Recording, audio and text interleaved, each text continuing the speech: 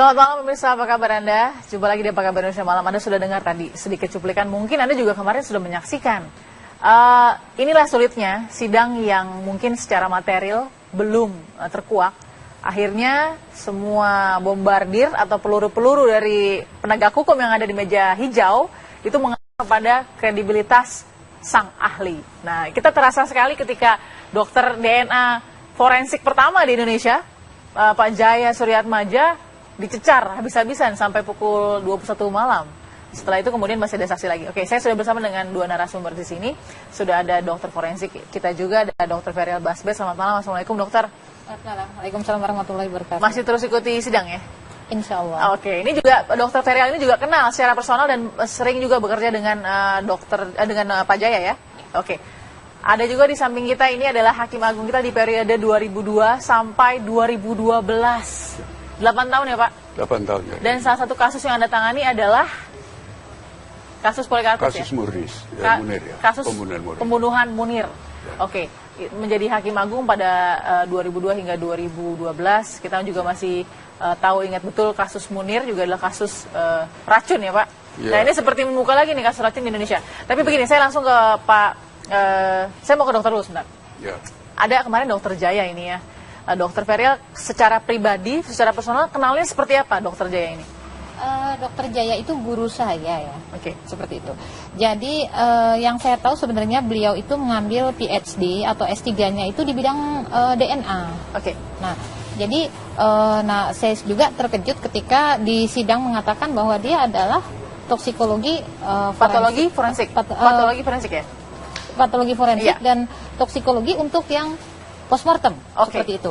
Padahal kalau menurut pemikiran, barangkali beda persepsi ya, pemikiran saya dikatakan toksikologi forensik itu ya orang-orang yang dari MIPA, seperti itu. Oke, saya langsung apresiasi Anda terhadap Pak Jaya sebagai ahli, bagaimana? Kalau untuk ahli memang saya sih melihat dokter Jaya itu memang apa ya istilahnya forensiker sejati ya, maniak banget. Kalau untuk forensik tuh dia cinta banget. Dia mengembangkan antropologi forensik, mengembangkan toksikologi forensik karena memang dia pernah meneliti di dalam hal sianida seperti itu. Nah, untuk DNA forensik tidak bisa diragukan lagi kalau dokter Jaya. Kemudian juga mengembangkan embalming seperti itu. Oke, nah kritik Anda terhadap Pak Jaya dalam persidangan itu apa? Kalau saya melihat ya, dokter Jaya itu jadi terjebak karena sebenarnya saya juga tidak tahu ini yang sampai dia mengatakan bahwa dia adalah di bidangnya untuk toksikologi yang postmortem seperti itu. Ahlinya seperti itu. Nah, kenapa harus ada pemisahan seperti itu? Nah, kemudian saya juga tidak tahu apakah siapa yang mengatakan ahli, apakah kualifikasinya itu sama dengan dari kolegium seperti itu. Kadang-kadang kan didapat spesialis apa bla bla bla, terus ada dalam kurung K ya, konsultan seperti itu. Nah, itu kriterianya seperti apa? Barangkali juga saya tidak kurang membaca CV-nya seperti itu. Nah, dokter dari penjelasan Pak Jaya nanti saya ingin tanya hal-hal yang agak sensitif. Ya mungkin seharusnya Pak Jaya bisa lebih kemukakan lagi keilmuannya soal itu. Tapi saya mau ke Pak Joko dulu ya. Pak Joko, konsen kita kepada para penegak hukum di situ. Ada JPU, ada pengacara dan juga ada sang hakim ya. Anda catatannya yang terus mengikuti persidangan Jessica seperti apa Pak? Ya, sidang ini terlalu panjang menurut saya. Walaupun mungkin dari aspek hukum pembuktian perkara ini termasuk yang agak sulit. Ya agak sulit ya. Lalu kalau kita lihat dari perjalanan perkara itu sendiri, itu pada tingkat penyidikan ketika mau diajukan ke penuntut umum saja, itu sudah bolak-balik. Sebanyak 5 kali ya? Ya, 5 kali. Artinya apa Pak? Ini artinya ya mungkin jaksa melihat ini ada kekurangan alat bukti yang sangat penting. Mungkin memandang begitu. Saya tidak tahu persis. Tetapi yang saya tahu bahwa ternyata kemudian di dalam proses pemeriksaan perkaranya itu kan sangat panjang sekali. Artinya saksi ahlinya itu sampai banyak sekali. Sehingga karena terlalu banyak saksi ahli yang didengar dan itu merupakan ilmu baru bagi para hakim. Para hakim itu lalu tidak terfokus pada pemeriksaan perkaranya, tapi justru pada ilmu pengetahuan baru yang diperoleh dari para saksi ahli. Nah, itu nanti dia bisa berbelok nanti hasilnya. Dari sidang yang sampai ke 19, Pak Joko, ya. Anda ada tidak setidaknya ya merasakan ada potensi untuk menemukan bukti material? Itu saya kira tergantung kepada kelihayan hakim dan pengalaman hakim. Oke. Dengan menilai, memberikan penilaian terhadap alat bukti. Potongan-potongan alat bukti ini kemudian disusun kembali, baik dari saksi fakta, dari saksi ahli, dan bukti-bukti lain, berupa informasi elektronik dan dokumen elektronik. Ini potongan-potongan ini bisa dibangun tidak untuk menemukan sebuah fakta.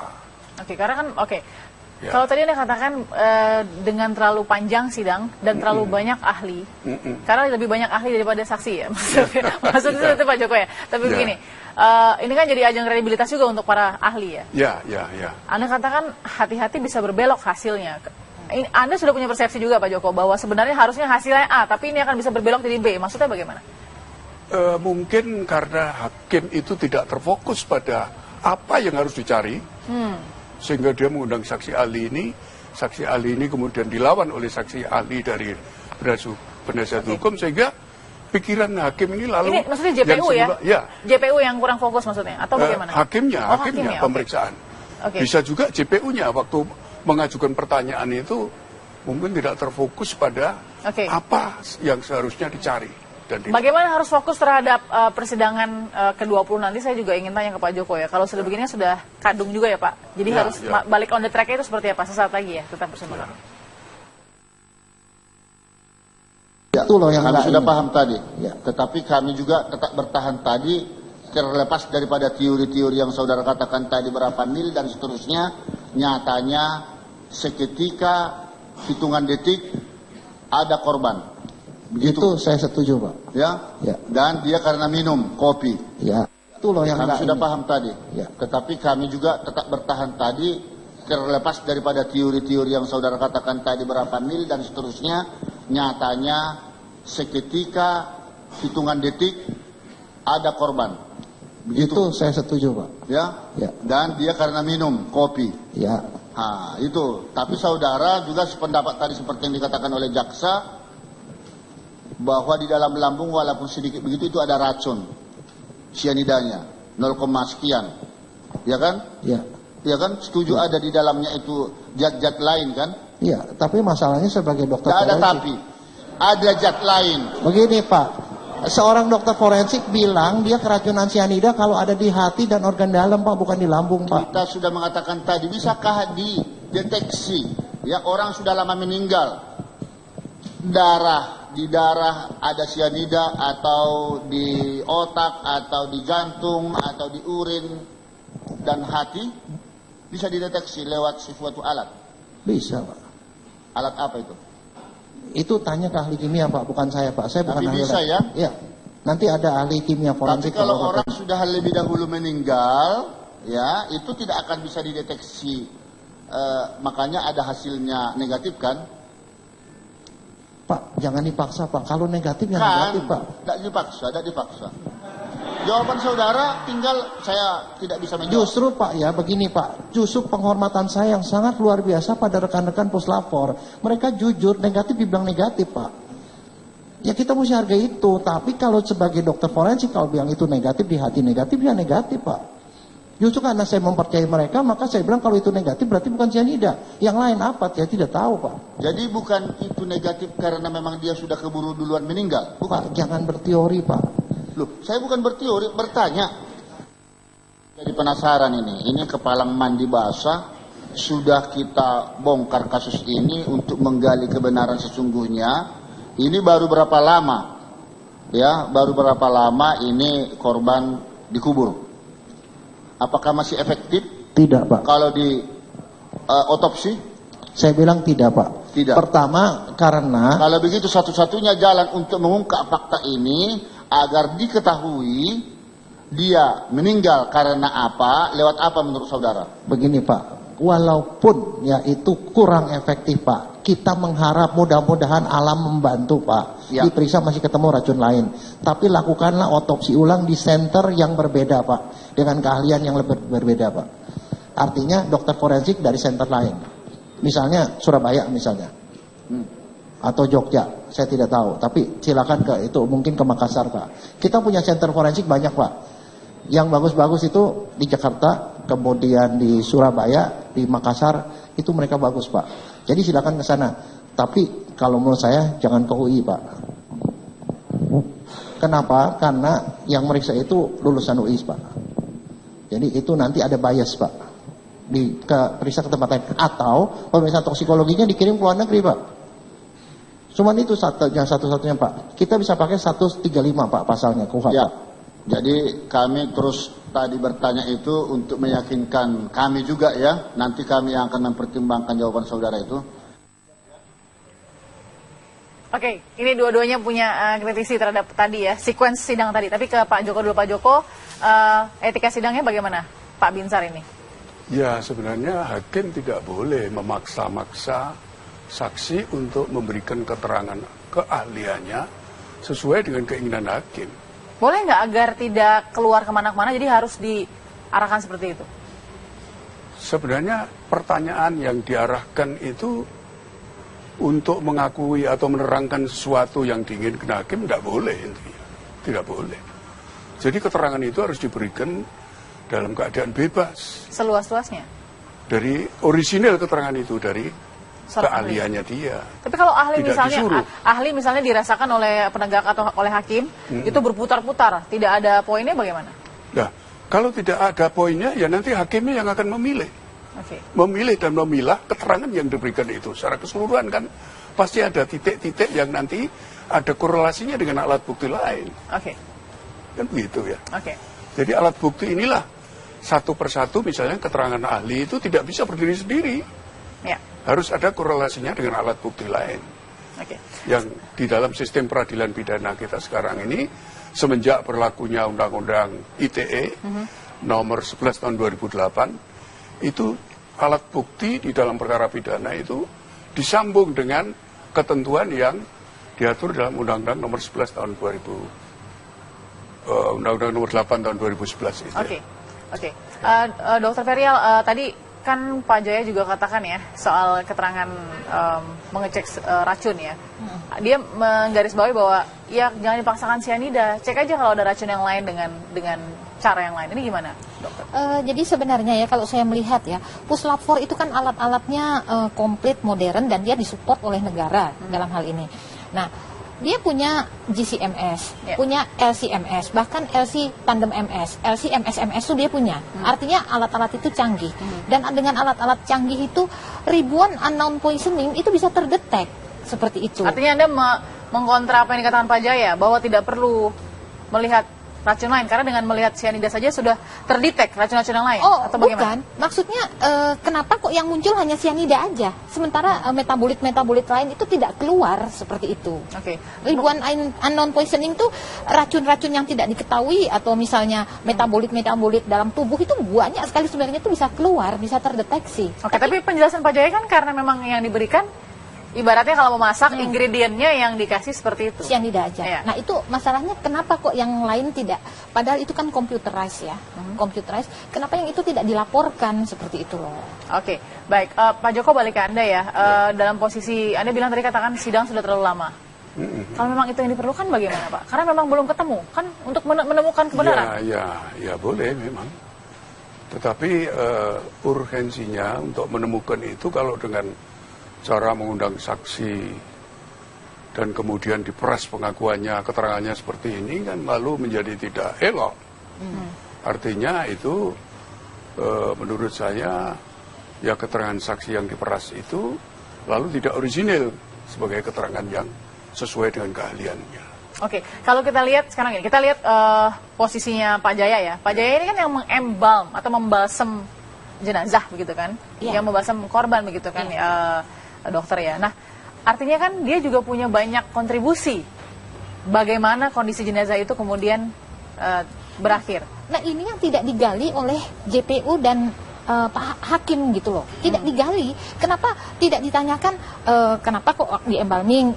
Padahal dokter Jaya itu punya expert ya juga di bidang embalming gitu. Dan terus apakah warna-warna itu bisa dipengaruhi karena embalmingnya, cairan embalmingnya seperti itu.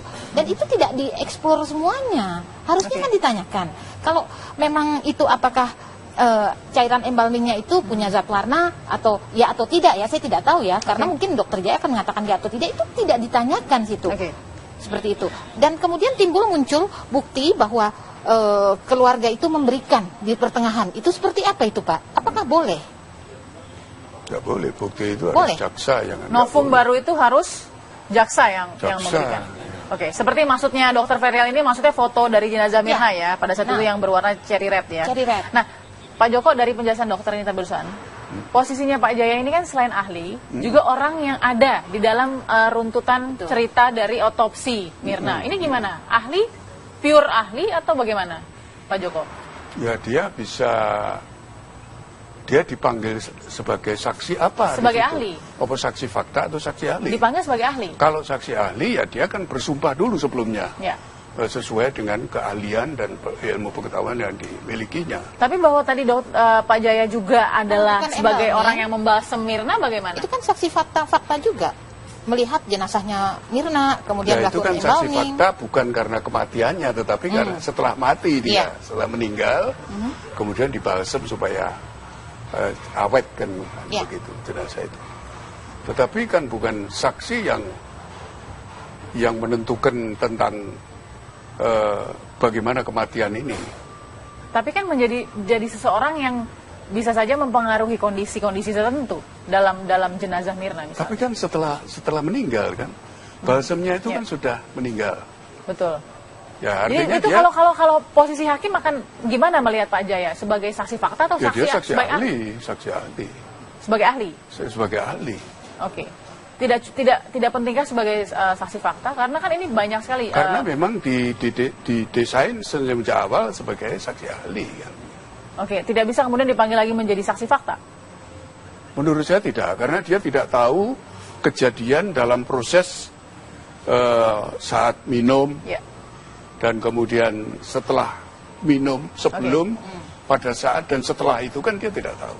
Oke, sesaat lagi kita akan bahas ya. Ini karena penting sekali dalam kasus Mirna ini bukan hanya sebelum kejadian atau pada saat kejadian, tapi pasca kejadian juga banyak sekali yang krusial ya dok ya. Khususnya di saat proses forensik. Sesaat lagi tetap bersama kami. Kalau kita ngomong soal gejalanya, kita nggak lihat matinya, kita lihat cuma mayatnya. Kita lihat bibir bagian dalam berwarna kebiruan, pada sianida mestinya merah Pak, bukan biru Pak. Satu. Kedua, kalau mau salah. Tunggu dulu, kalau Bapak berbeda dengan hasil dokter yang sudah melakukan terhadap jasad maupun mayat. Ngomong soal gejalanya, kita nggak lihat matinya, kita lihat cuma mayatnya. Kita lihat bibir bagian dalam berwarna kebiruan, pada sianida mestinya merah Pak, bukan biru Pak. Satu. Kedua, kalau mau salah. Tunggu dulu, kalau Bapak berbeda dengan hasil dokter yang sudah melakukan terhadap jasad maupun mayat Mirna pada saat itu, ya toh? Apakah saudara juga bisa berpendapat, sedangkan saudara tidak melakukan? Bukan, Pak. Saya tidak berpendapat, Pak. Gini, Pak, kesesuaian. Jadi gini loh, Pak. Kalau misalnya itu... Nah, tunggu dulu. Kalau masalah kesesuaian, apakah saudara juga disampaikan data-data terkait dengan kejadian peristiwa tindak pidana ini? Tidak, Pak. Diceritakan nggak oleh... disampaikan nggak data-data itu oleh penasihat hukum? Begini, Pak. Saudara nggak bisa berasumsi seperti itu pendapat saudara. Pak, begini Pak, ini ya, Bapak salah. Kenapa salah? Saya tidak salah Pak. Saya di sini jaksa penuntut umum. Bapak jangan sembarangan ngomong. Begini Pak, saya mau nerangkan dari segi kita Pak. Nah iya, itu asumsi, itu pendapat saudara. Artinya kalau itu pendapat saudara, tentunya dari hasil uji yang saudara lakukan, saudara sampaikan. Memang kan ini ahli kan diminta untuk pendapatnya Pak. Iya, tapi ya, jadi ini berasumsi.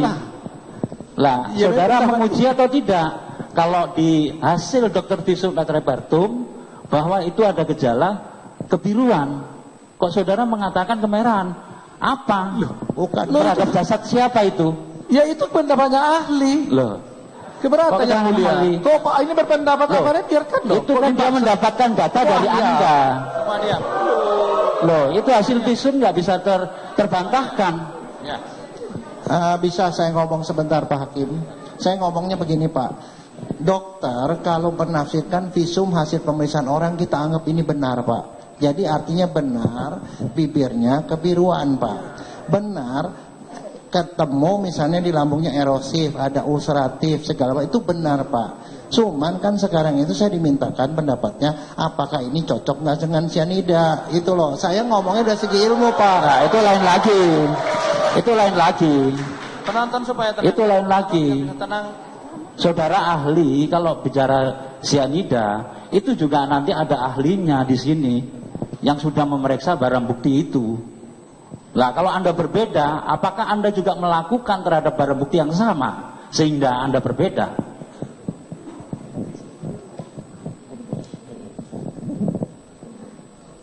Ayo jawab.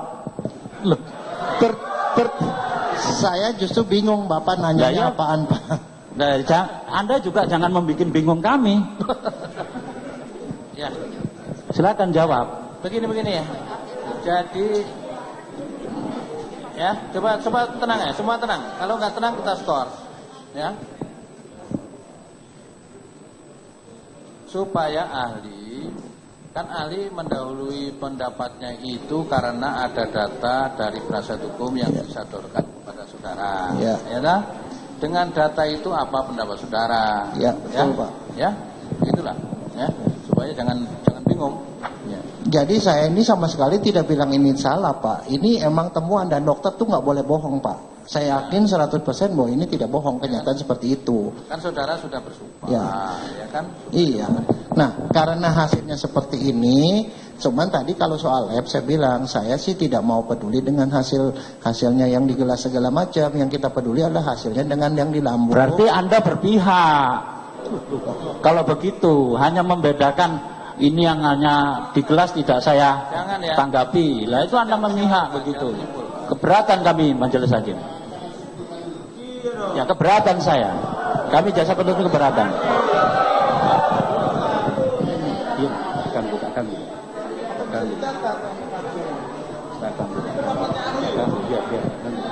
Semua tenang ya, semua tenang.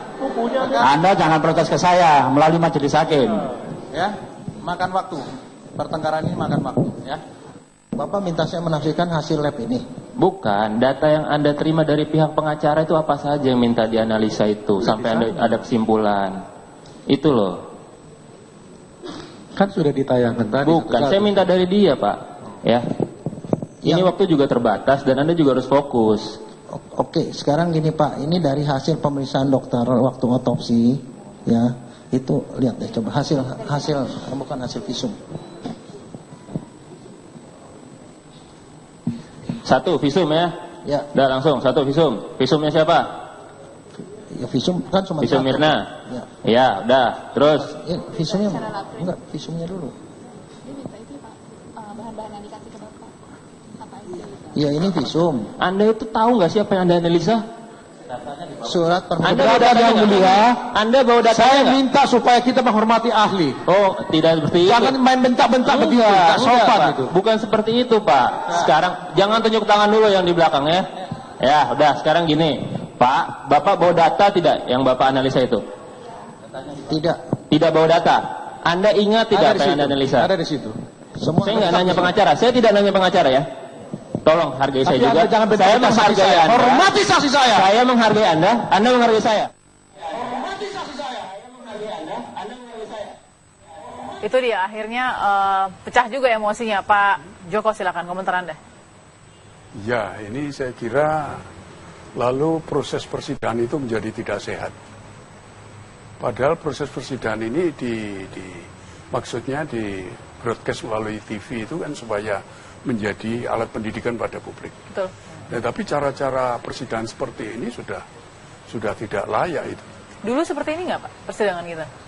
Saya ada nggak contoh-contoh seperti ini? Tidak pernah marah-marah apalagi kepada saksi ahli. Ya saksi ahli itu keterangannya apapun saja itu harus didengar. Tinggal nanti hakimnya yang akan memfilter mana yang relevan mana yang tidak. Dan kemudian untuk menghindari kejadian benturan langsung seperti ini antara jaksa dengan pengacara, penuntut umum, penuntut umum dengan saksi ahli, kemudian jaksa dengan penasihat hukum. Ini menurut aturan di dalam KUHP, pertanyaan itu sebaiknya melalui ketua majelis. Nah, ketua majelis bagaimana Pak? Secara simulasi bagaimana? Tadi dalam keadaan seperti itu bagaimana? Diambil alih oleh ketua majelis. Apa yang harus dikatakan hakim? Ketok palu dan saya ambil alih. Semua pertanyaan harus lewat saya. Gitu. Supaya normal kembali, silakan lewat. Tidak usah lewat saya, misalnya seperti itu. Dengan maksudnya agar saya, pertanyaan yang tidak relevan itu tidak usah dijawab. Jadi ketua majelis bisa mengendalikan semua proses persidangan ini dengan baik. Tidak sudah terjadi pertengkaran dan itu kan lalu apa itu jawab-menjawab di seperti ini kan dilihat publik kan tidak baik. Ada etika yang dilanggar di sini begitu, Pak Joko? Menurut saya ya. Meskipun terlepas dari sudah frustasinya mungkin sudah sedang ke-19, tensi tinggi, ekspektasi tinggi. Tapi itu pun kalau hakim itu kalau sudah memang sudah begitu ya minta diskors dulu lah. Tidak boleh membentak-bentak saksi ahli itu. Itu ada semua aturannya dalam hukum acara pidana kita. Baik. Setelah ini kita sambung lagi ya Pak Joko ya dengan Dr. Ferial. Tadi saya juga ingin tanya sebenarnya celah Pak Jaya sehingga dicecar seperti itu apa? Apakah ada yang kurang dari penjelasan Pak Jaya atau mungkin keterangan dari Pak Jaya? Sesaat lagi ya dokter ya, tetap bersama kami. Baik, terima kasih masih bersama kami di Apa Kabar Indonesia Malam. Sekarang kita bedah lebih tajam lagi ya Pak Joko. Saya ingin ke Dr. Ferial dulu. Dr. Ferial pernah menjadi saksi ahli? Alhamdulillah. Beberapa kali sudah pernah? Beberapa kali. Pada saat Anda menjadi saksi ahli berarti kalau bicara forensik ada data yang diterima? Ada data yang diterima dari siapa itu, Dok? Dari penasihat hukum. Dan biasanya kita diskusi dulu, ini kasusnya apa, kalau apa yang bisa saya bantu, saya akan bantu sesuai dengan kompetensi saya. Kalau tidak bukan kompetensi saya, mungkin saya carikan orangnya. Kemudian dikasih data-data ini, misalnya kalau karena saya dari dokter forensik diberi data-data visum. Dan kemudian itu hanya dari pihak penasehat ya? Dari penasehat. Dari jaksa penuntut umum? Yang dari penasehat itu data-datanya biasanya sama dengan penuntut umum. JPU. Dalam kondisi ini tadi, Dr. Ferial lihat kan datanya bagi JPU berbeda. Pernah nggak mengalami hal seperti itu? Tidak pernah. Nah ini pertanyaan ya Pak Joko ya, ini dari penjelasan Ibu Dr. Ferial nih. Dari data pengacara sama data JPU harusnya sama, data pendapatnya? Harusnya sama. Dan itu benar harus di... Ya karena itu kan muaranya dari penyidik. Karena setiap ada perbuatan apapun yang dilakukan oleh penyidik, itu kan menurut pasal 75 KUHP harus dibuat berita acara dan ditandatangani di bawah sumpah jabatan. Nah, kalau datanya itu sudah dibuat seperti itu kan artinya tidak boleh ada tandingan. Begitu, jadi tetap harus satu data begitu ya? Agar yang dibahas adalah data itu, bukan komparasi data. Karena kalau itu yang dibuktikan oleh penuntut umum kan itu. Kalau di persidangan nih Pak, yang terjadi adalah ada dua data misalnya yang berbeda. Ini apa yang terjadi? Ya nanti hakim memilih mana yang data yang benar kan. Keterangan ahli akan seperti apa mengikuti data yang mana? Kalau keterangan ahli kan bisa diminta. Bisa diminta, artinya nanti ini yang diperlukan oleh penuntut umum misalnya. Nah, tinggal nanti disandingkan dua keterangan ini. Nanti dipilih oleh hakim. Dari potongan-potongan ini yang relevan yang mana dikaitkan dengan alat bukti lain. Ada saksi fakta dan alat bukti. Balik ke saksi fakta Pak Joko. Posisi Pak Jaya Suryatmaja ini adalah orang yang membalsam juga jenazah Mirna. Artinya dia bisa menjadikan saksi fakta nggak? Kalau dia memang dari awal saksi fakta, ya saksi fakta. Tapi kalau dia tidak ditetapkan dari awal bukan saksi fakta, mungkin maksudnya saksi yang memberatkan, meringankan terdakwa kan begitu. Mungkin maksudnya penasihat hukum. Tapi karena dia sudah memberikan keterangan keahliannya, mestinya dia tidak bisa merangkap. Saya kok menangkap kerancuan ya. Mungkin ini, Dr. Ferial yang Anda tahu Pak Jaya ini yang membalsam Mirna, tapi juga diminta menjadi keterangan ahli. Dari segi keilmuan ada nggak pengaruh yang bisa dirasakan di situ oleh dokter? Kalau saya melihat ya, ini kan awalnya diminta dari JPU, di BAP ya, di BAP. Nah kemudian dokter Jaya yang melakukan embalming. Iya kan? Kemudian di sisi lain diambil oleh Pak Oto. Ya. Nah, kalau saya melihat barangkali sih beban mentalnya Dokter Jaya itu karena dia udah melakukan embalming. Dia membalsam Mirna nih ya. Membalsam Mirna. Lalu? Nah, harusnya Dokter Jaya itu menerangkan membalsam Mirna kan seharusnya menghilangkan barang bukti ya, racun-racun itu. Berpotensi menghilangkan barang bukti. Punya potensi untuk menghilangkan barang bukti, seperti itu. Tapi mungkin bisa dibantah di persidangan yang harusnya kemarin itu, bahwa itu karena memang orang tua yang meminta dan sesuai prosedur yang mungkin SOP-nya sesuai yang Dokter Jaya punya, seperti itu. Dan penyidik juga ada penyidik dan harusnya dia sudah mengatakan sesuai. Sebenarnya dia juga tidak mau mengembalming dan sudah menyarankan untuk otopsi atau bla bla bla bla seperti itu. Kan kalau udah sesuai prosedur kan nggak masalah. Nah itu karena mungkin bebannya Dokter Jaya karena mengembalming dan takut dianggap menghilangkan barang bukti. Jadi bagaimana ya kalau saya bilang memang tekanannya tinggi. Agak pengaruh dalam memberikan keterangan. Iya. Meskipun sejauh yang Anda dengarkan keterangannya bagus-bagus saja. Baik. Hanya kritisnya tadi itu ya, posisi Dokter Jaya seperti ada pengaruh karena dia juga membalsam Mirna. Dan kemudian diminta keterangan untuk bagaimana ya? Ya, diminta keterangan dengan pihak dari pengacara terdakwa ya. Setelah ini saya akan tanya karena begini Pak Joko, bukan hanya yang kemarin saja yang berdebat. Ini perbedaannya kan antara ahli juga berbeda. Dari ahli JPU berbeda, yakin cyanida. Dari pihak pengacara seperti biasa sih bilangnya, kemudian dengan Pak Jaya ini kredibilitasnya nggak main-main, mengatakan saya ragu itu bukan karena cyanida. Bagaimana perbedaan ini? Hakim harus seperti apa? Sesaat lagi Pak Joko ya. Sesaat lagi Pak Joko. Tetap bersama kami. Sini Pak titik lemahnya. Karena yang gejala masih hidup saya tidak bisa komentar karena saya tidak tahu dan saya tidak mau menilai itu.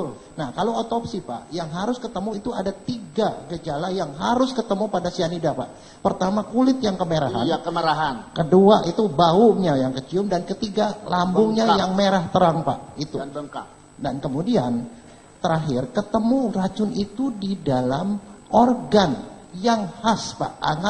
Dalam cyanida yang khas adalah adanya cyanida dan tiosianat di dalam hepar Pak, di hati Pak. Di darah dan tiosianat di dalam urin. Dan itu juga tidak ada, itu masalahnya Pak. Sudah termasuk ada itu. Kan yang mana lambung Pak? tadi bengkak, kemerah-merahan. Kulit kemerah-merahan, ya kan? Saya tidak tahu Pak. Loh, saudara bilang tadi teorinya ada 3. Iya, itu 3 Pak. Iya. Kulit kemerahan. Kalau Bapak baca di Dokter Slamet Purnomo itu kebiruan Pak. Biru sama merah beda Pak warnanya Pak. Kemerah-merahan. Yang kedua Pak. Kedua. Ini apa yang ada di meja saya ini saya tidak ada alasan nih. Tadinya saya mau buka ini. Saya benar apa tidak nih? Ini kemerah-merahan. Muka. Korban. Pak, kalau kita gitu Pak, kita nggak bisa gambar itu Pak. Yang ada adalah Bapak mesti percaya apa ditulis Dokter Purnomo Pak. Ya, habis. Apa? Karena ini yang periksa dokter ahli loh Pak. Ada di meja saya, itu persoalannya. Ya, saya lihat loh majelis. Ya. Oke baik, di bagian akhir saya dengar dari Pak Joko ya. Pak Joko, kira-kira menurut Anda masih adakah substansi yang bisa diambil dari ahli untuk menjatuhkan keyakinannya? Ya, keterangan ahli itu memiliki nilai pembuktian bebas. Artinya sejauh itu ada korelasinya dengan alat bukti lain, itu nanti hakim yang akan memberikan penilaian. Pertanyaan saya, kalau tidak bisa mendapatkan keyakinan dari saksi fakta, lalu keyakinan itu hanya datang dari saksi atau dari saksi ahli begitu ya? Itu bisa terjadi sebuah vonis? Bisa vonis itu terjadi, tetapi amar putusannya bagaimana? Itu yang dipertaruhkan ya? Tergantung pada hakimnya. Kalau sampai berbeda-beda ahli, hakim akan mengambil keputusan apa? Mengambil ahli lain? Bisa minta ahli lain atau memilih ahli, keterangan ahli yang ada korelasinya dengan alat bukti lain. Jadi antara dari JPU atau dari pengacara akan diambil salah satu? Iya. Dan itu absolut semua hakim ya? Itu kewenangan hakim, penilaian alat bukti itu semua penilaian hakim. Ya. Pak Joko, pernahkah seorang hakim salah dalam memutuskan hal-hal seperti ini? Oh bisa salah, seperti dokter juga salah mengobati juga bisa. Hakim juga bisa keliru, namanya manusia. Oleh karena itu ada lembaga upaya hukum banding, kasasi dan peninjauan kembali. Jadi masih ada beberapa step lagi yang... Ya, masih ada langkah. Baik, tapi Anda yakin ini akan masuk kepada sebuah titik jawaban siapa yang membunuh Mirna, siapa yang meracun Mirna? Harus sampai ke sana. Harus sampai ke sana. Harus sampai ke sana. Artinya kalau titik yang dicari itu harus sampai ke sana. Baik. Nah, bagaimana putusannya itu saya kira kemenangan hakim. Baik, Dokter Ferel terakhir, artinya ahli akan sangat penting dalam persidangan Jessica. Apa yang Anda rasakan dengan kondisi fakta hukum dengan para ahli ya yang digunakan keilmuannya? Saya sih melihat ya, ahli memang beda-beda. Tapi kan yang penting bahwa ahli itu adalah kompetens, kemudian imparsial ya. Walaupun dia diambil dari JPU ya, dia harus mengatakan imparsial, tidak memihak. Dan walaupun diambil dari penasihat hukum ya, dia harus mengatakan imparsial, tidak memihak, seperti itu. Kekhawatiran Anda yang paling besar dari kasus ini apa? Ya, kekhawatirannya putusannya. Putusannya kan mempengaruhi kredibilitas para ahli. Putusannya kan masih bisa bebas, bisa dihukum kan? Masih bisa bebas dan bisa dihukum ya Pak Joko ya? Bisa bebas, bisa dihukum kan? Di tengah semua opini yang... tergantung pada kesimpulan hakim nanti. Oke. Baik, terima kasih Dr. Ferial Basbe, terima kasih Pak Joko sudah bersama kami juga di sini. Kita lihat nanti ya, ini masih minggu depan, jadi masih ada nafas mungkin. Kita masih menunggu juga kesaksian dari saksi ahli Budiawan ya, Pak Budiawan sebagai ahli toksikologi ya. Ini jadi akhir dari jumpa kita di Apa Kabar Indonesia Malam, pemirsa. Terima kasih sudah bersama kami. Anda bisa saksikan program kami selanjutnya. Terima kasih, sampai jumpa.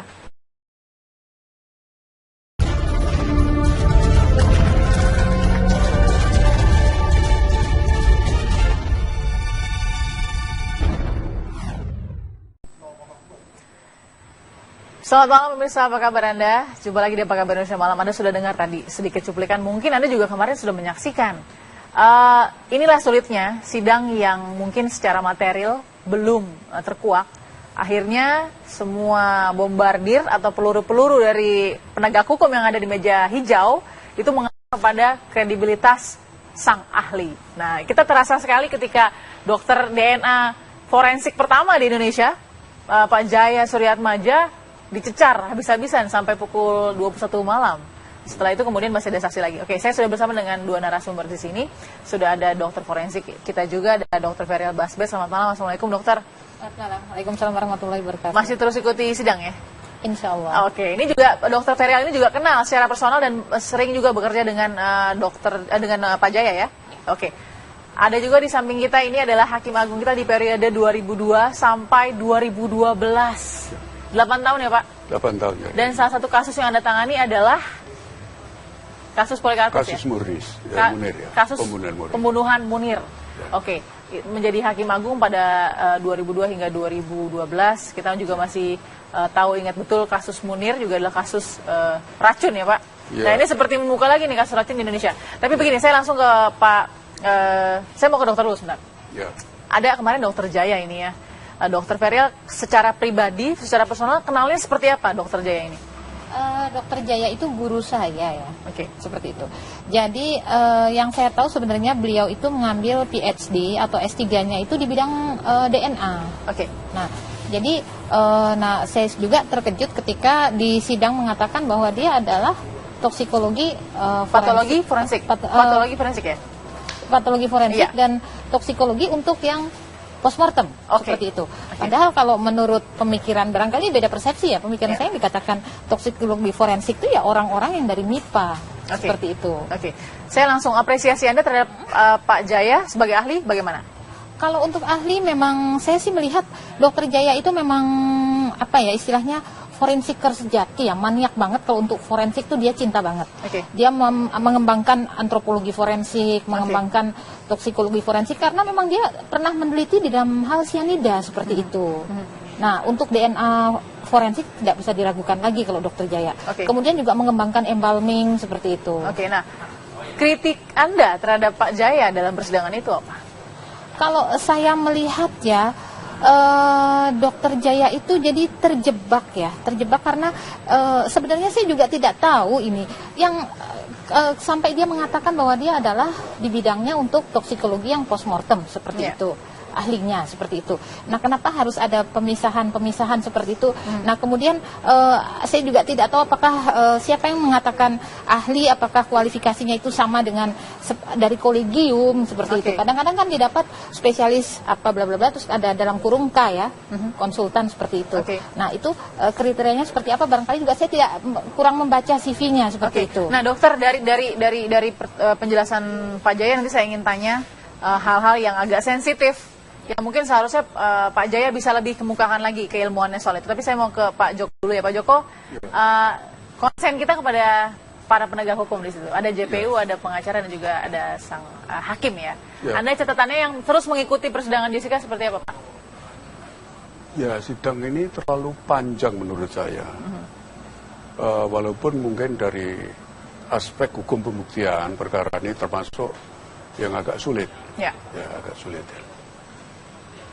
Lalu kalau kita lihat dari perjalanan perkara itu sendiri, itu pada tingkat penyidikan ketika mau diajukan ke penuntut umum saja, itu sudah bolak-balik. Sebanyak 5 kali ya? Ya, 5 kali. Artinya apa, Pak? Ini artinya ya mungkin jaksa melihat ini ada kekurangan alat bukti yang sangat penting. Mungkin memandang begitu. Saya tidak tahu persis. Tetapi yang saya tahu bahwa ternyata kemudian di dalam proses pemeriksaan perkaranya itu kan sangat panjang sekali.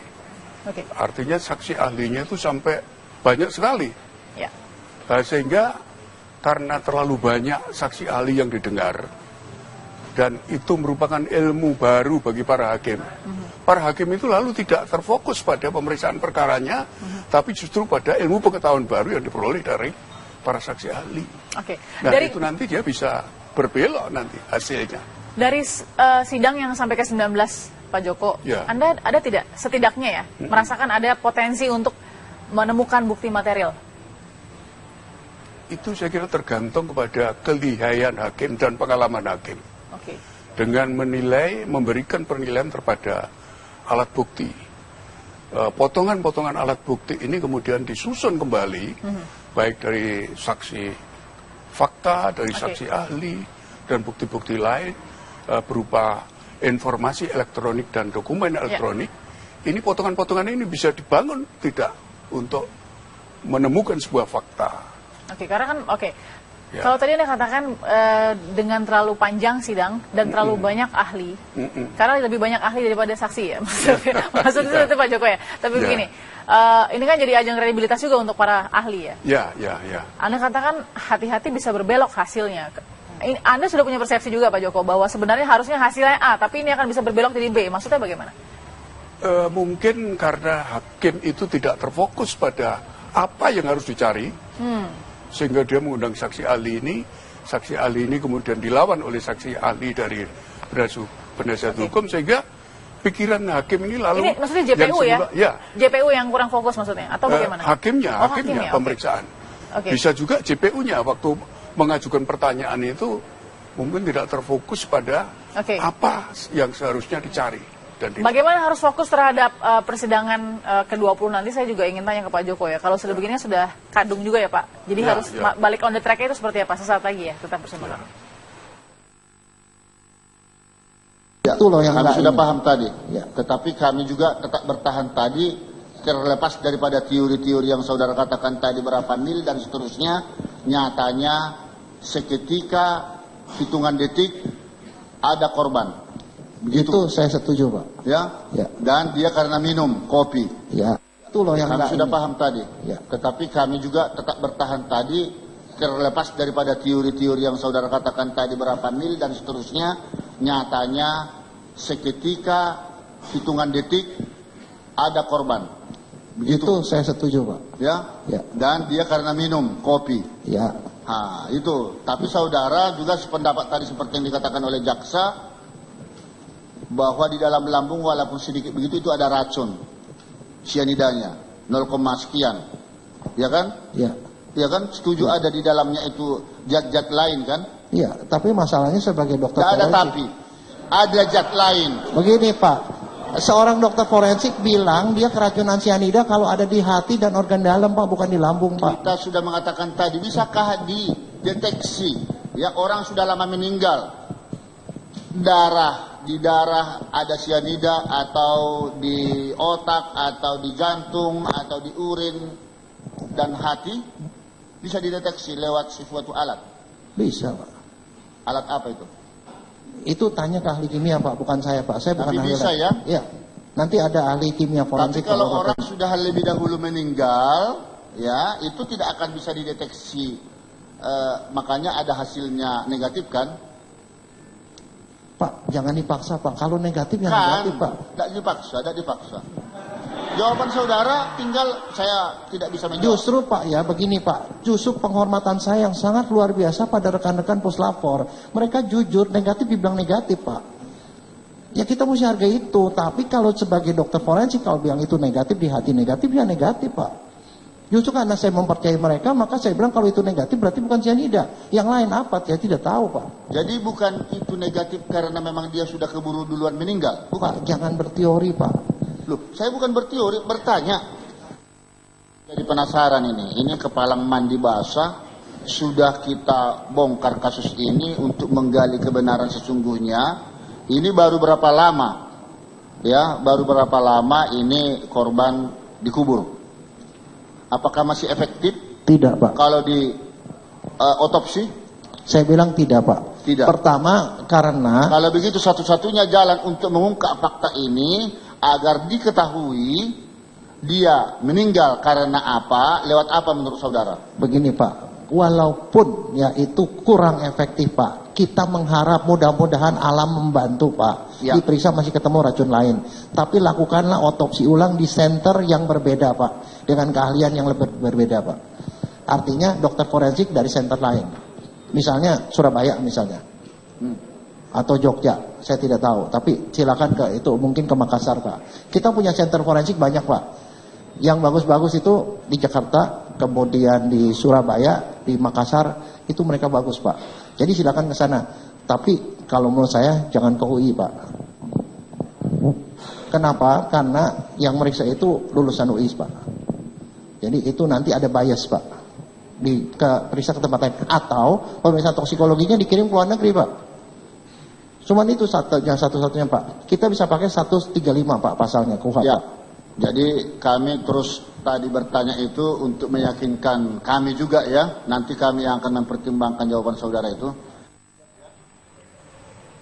Oke, ini dua-duanya punya kritisi terhadap tadi ya, sequence sidang tadi. Tapi ke Pak Joko dulu, Pak Joko, etika sidangnya bagaimana, Pak Binsar ini? Ya, sebenarnya hakim tidak boleh memaksa-maksa saksi untuk memberikan keterangan keahliannya sesuai dengan keinginan hakim. Boleh nggak agar tidak keluar kemana-mana, jadi harus diarahkan seperti itu? Sebenarnya pertanyaan yang diarahkan itu untuk mengakui atau menerangkan sesuatu yang diinginkan hakim tidak boleh, intinya. Tidak boleh.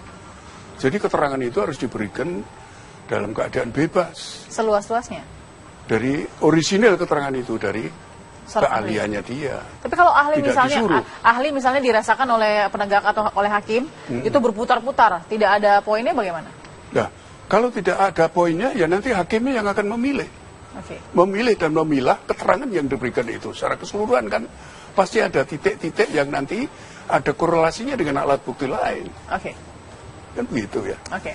Jadi alat bukti inilah satu persatu, misalnya keterangan ahli itu tidak bisa berdiri sendiri. Ya. Harus ada korelasinya dengan alat bukti lain. Oke.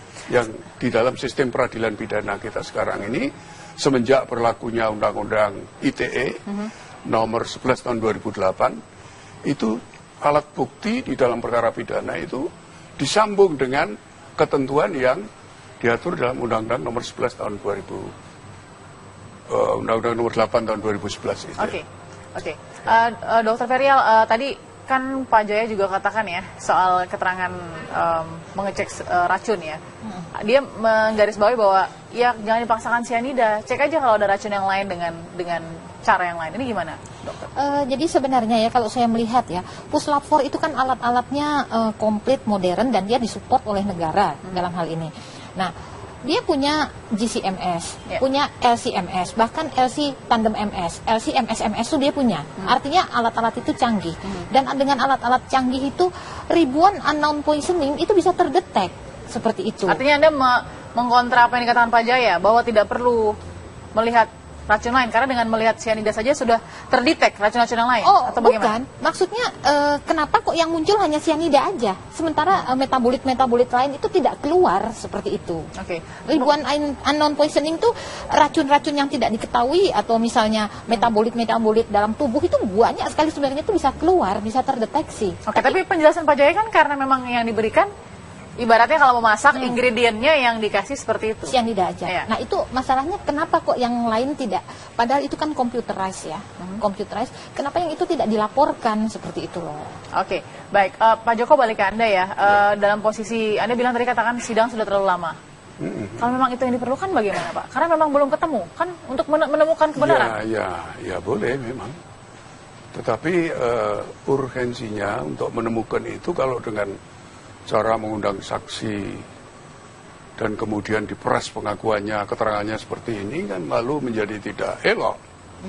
Artinya itu menurut saya ya keterangan saksi yang diperas itu lalu tidak orisinil sebagai keterangan yang sesuai dengan keahliannya.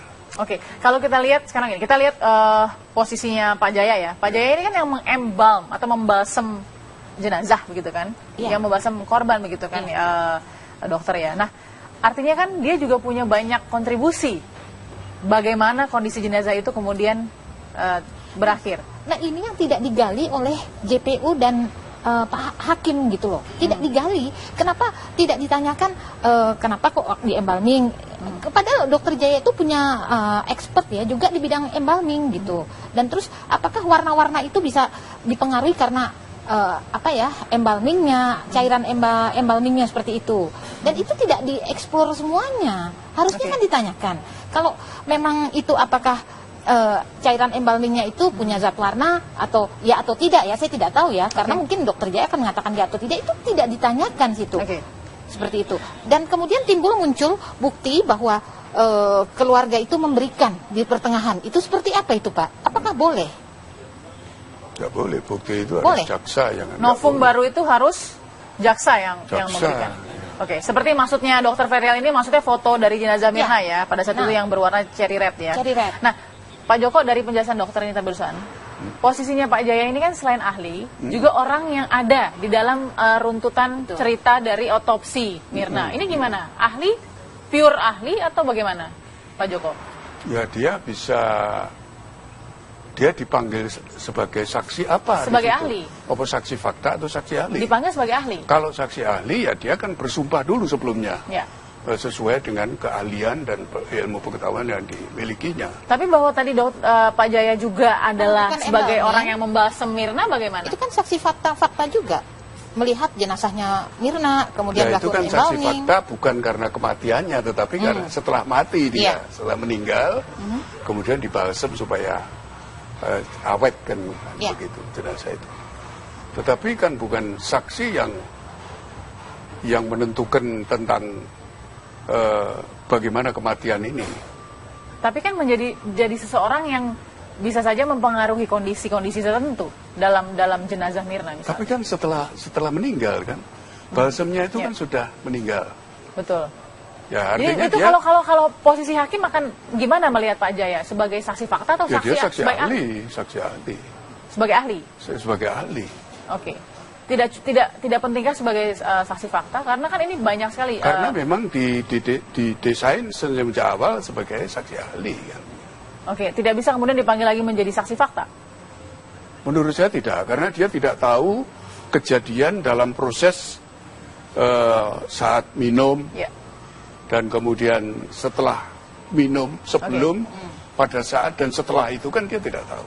Oke, sesaat lagi kita akan bahas ya. Ini karena penting sekali dalam kasus Mirna ini bukan hanya sebelum kejadian atau pada saat kejadian, tapi pasca kejadian juga banyak sekali yang krusial ya dok ya.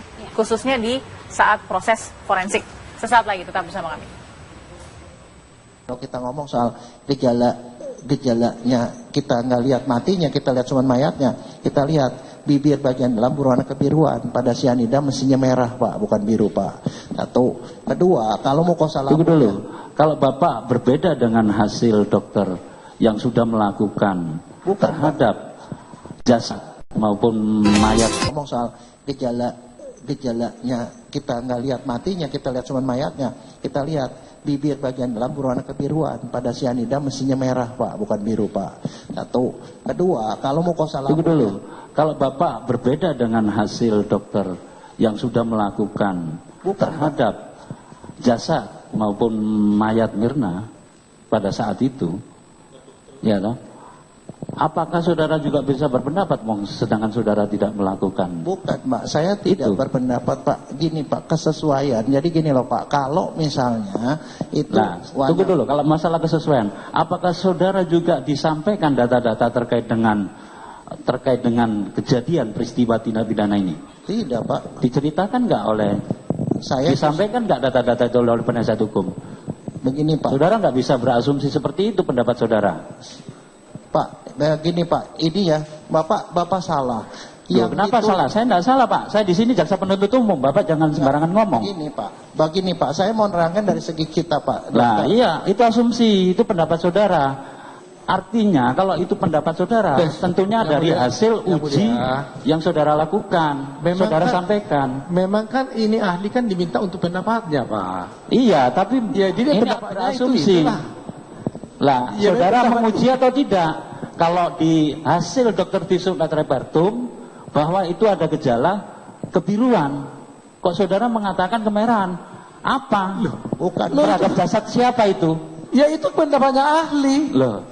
Keberatan yang mulia. Kok Pak ini berpendapat apa? Biarkan dong. Itu kan dia mendapatkan data dari Anda. Loh, itu hasil visum nggak bisa terbantahkan. Ya. Bisa saya ngomong sebentar Pak Hakim?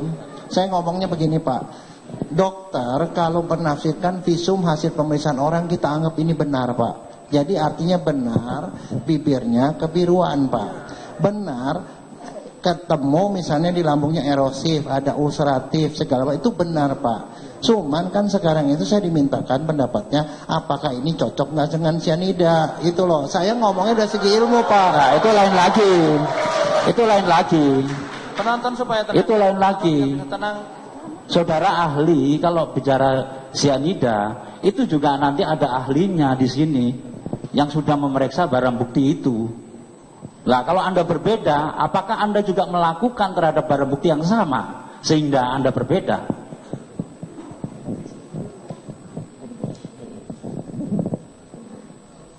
Ayo jawab. Loh, saya justru bingung Bapak nanyanya apaan Pak. Nah, Anda juga jangan membuat bingung kami. Ya. Silakan jawab. Begini ya. Jadi ya, coba tenang ya, semua tenang. Kalau nggak tenang kita skor. Ya. Supaya ahli mendahului pendapatnya itu karena ada data dari penasihat hukum yang disodorkan kepada saudara. Ya kan? Dengan data itu apa pendapat saudara? Ya, betul Pak. Ya, itulah. Ya, supaya jangan bingung. Ya. Jadi saya ini sama sekali tidak bilang ini salah Pak. Ini emang temuan dan dokter tuh nggak boleh bohong Pak. Saya yakin 100% bahwa ini tidak bohong, kenyataan seperti itu. Kan saudara sudah bersumpah, ya kan? Iya. Nah, karena hasilnya seperti ini, cuman tadi kalau soal lab saya bilang saya sih tidak mau peduli dengan hasilnya yang di gelas segala macam. Yang kita peduli adalah hasilnya dengan yang di lambung. Berarti Anda berpihak. Kalau begitu, hanya membedakan ini yang hanya di gelas tidak saya tanggapi. Lah itu Anda memihak begitu. Keberatan kami majelis hakim. Ya keberatan saya. Kami jaksa penuntut keberatan. Iya, bukakan.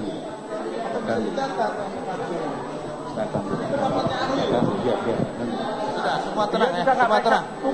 Anda jangan protes ke saya melalui majelis hakim. Ya, makan waktu.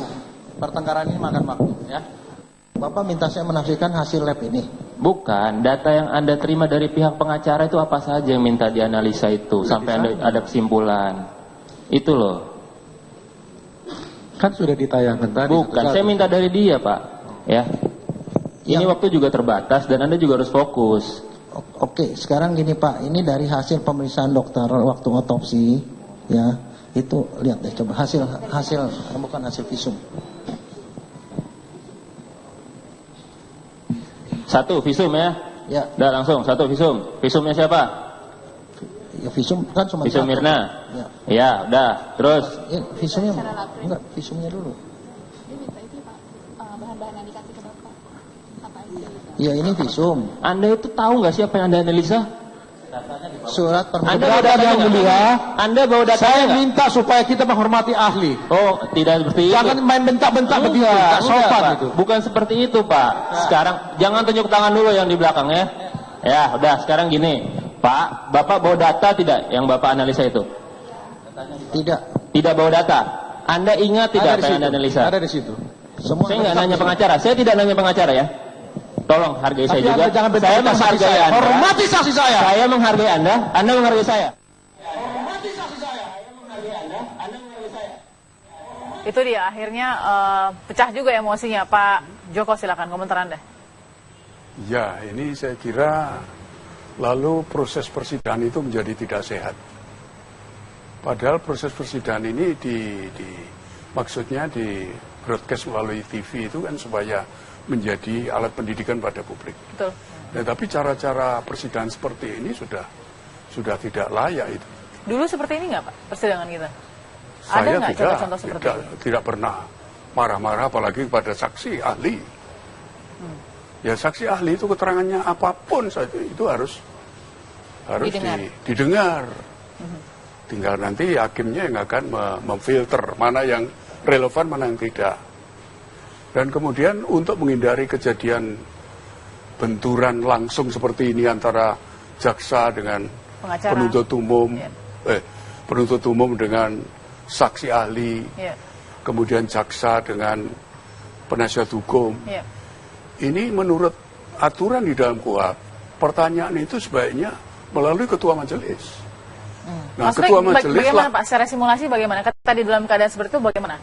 Lagi ambil alih oleh ketua majelis. Apa yang harus dikatakan hakim? Ketok palu dan saya ambil alih. Semua pertanyaan harus lewat saya. Gitu. Supaya normal kembali, silakan lewat. Tidak usah lewat saya, misalnya seperti itu.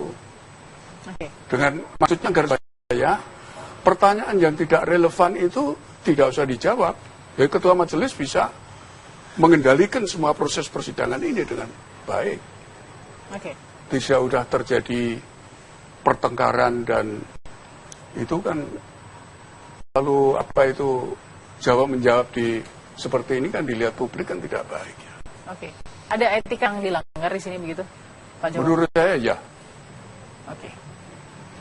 Meskipun terlepas dari sudah frustasinya mungkin sudah sedang ke-19, tensi tinggi, ekspektasi tinggi. Tapi itu pun kalau hakim itu kalau sudah memang sudah begitu ya minta diskors dulu lah.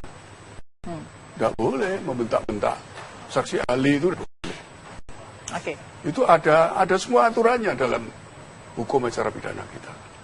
Baik. Setelah ini kita sambung lagi ya Pak Joko ya dengan Dr. Ferial. Tadi saya juga ingin tanya sebenarnya celah Pak Jaya sehingga dicecar seperti itu apa? Apakah ada yang kurang dari penjelasan Pak Jaya atau mungkin keterangan dari Pak Jaya? Sesaat lagi ya dokter ya, tetap bersama kami. Baik, terima kasih masih bersama kami di Apa Kabar Indonesia Malam. Sekarang kita bedah lebih tajam lagi ya Pak Joko. Saya ingin ke Dr. Ferial dulu. Dr. Ferial pernah menjadi saksi ahli? Alhamdulillah. Beberapa kali sudah pernah? Beberapa kali. Pada saat Anda menjadi saksi ahli berarti kalau bicara forensik ada data yang diterima? Ada data yang diterima dari siapa itu, Dok? Dari penasihat hukum. Dan biasanya kita diskusi dulu, ini kasusnya apa, kalau apa yang bisa saya bantu, saya akan bantu sesuai dengan kompetensi saya. Kalau tidak, bukan kompetensi saya, mungkin saya carikan orangnya. Kemudian dikasih data-data ini, misalnya kalau karena saya dari dokter forensik diberi data-data visum. Dan kemudian itu hanya dari pihak penasehat ya? Dari penasehat. Dari jaksa penuntut umum? Yang dari penasehat itu data-datanya biasanya sama dengan penuntut umum. JPU. Dalam kondisi ini tadi, Dr. Ferial lihat kan datanya bagi JPU berbeda. Pernah nggak mengalami hal seperti itu? Tidak pernah. Nah ini pertanyaan ya Pak Joko ya, ini dari penjelasan Ibu Dr. Ferial nih. Dari data pengacara sama data JPU harusnya sama, data pendapatnya? Harusnya sama. Oke, dan itu benar harus di... Ya, karena itu kan muaranya dari penyidik. Oke. Karena setiap ada perbuatan apapun yang dilakukan oleh penyidik, itu kan menurut pasal 75 KUHP harus dibuat berita acara dan ditandatangani di bawah sumpah jabatan. Oke. Nah, kalau datanya itu sudah dibuat seperti itu kan artinya tidak boleh ada tandingan. Oh, begitu. Jadi tetap harus satu data begitu ya? Ya, agar yang dibahas adalah data itu, bukan komparasi data. Karena kalau itu yang dibuktikan oleh penuntut umum kan itu. Oke, kalau di persidangan nih Pak, yang terjadi adalah ada dua data misalnya yang berbeda. Ini apa yang terjadi? Ya nanti hakim memilih mana yang data yang benar kan. Loh, keterangan ahli akan seperti apa mengikuti data yang mana? Loh, kalau keterangan ahli kan bisa diminta. Oke. Bisa diminta, artinya nanti ini yang diperlukan oleh penuntut umum misalnya. Oke. Nah, tinggal nanti disandingkan dua keterangan ini. Nanti dipilih oleh hakim. Dari potongan-potongan ini yang relevan yang mana dikaitkan dengan alat bukti lain. Oke. Ada saksi fakta dan alat bukti. Oke, balik ke saksi fakta Pak Joko. Posisi Pak Jaya Suryatmaja ini adalah orang yang membalsam juga jenazah Mirna. Artinya dia bisa menjadikan saksi fakta nggak? Kalau dia memang dari awal saksi fakta, ya saksi fakta. Oke, tapi kalau dia tidak ditetapkan dari awal saksi fakta, bukan saksi fakta, mungkin maksudnya saksi yang memberatkan, meringankan terdakwa kan begitu. Mungkin maksudnya penasihat hukum. Oke. Tapi karena dia sudah memberikan keterangan keahliannya, mestinya dia tidak bisa merangkap. Saya kok menangkap kerancuan ya. Mungkin ini, Dokter Ferel yang Anda tahu Pak Jaya ini yang membalsem Mirna, tapi juga diminta menjadi keterangan ahli. Dari segi keilmuan ada nggak pengaruh yang bisa dirasakan di situ oleh dokter? Kalau saya melihat ya, ini kan awalnya diminta dari JPU, di BAP ya, di BAP. Nah kemudian dokter Jaya yang melakukan embalming.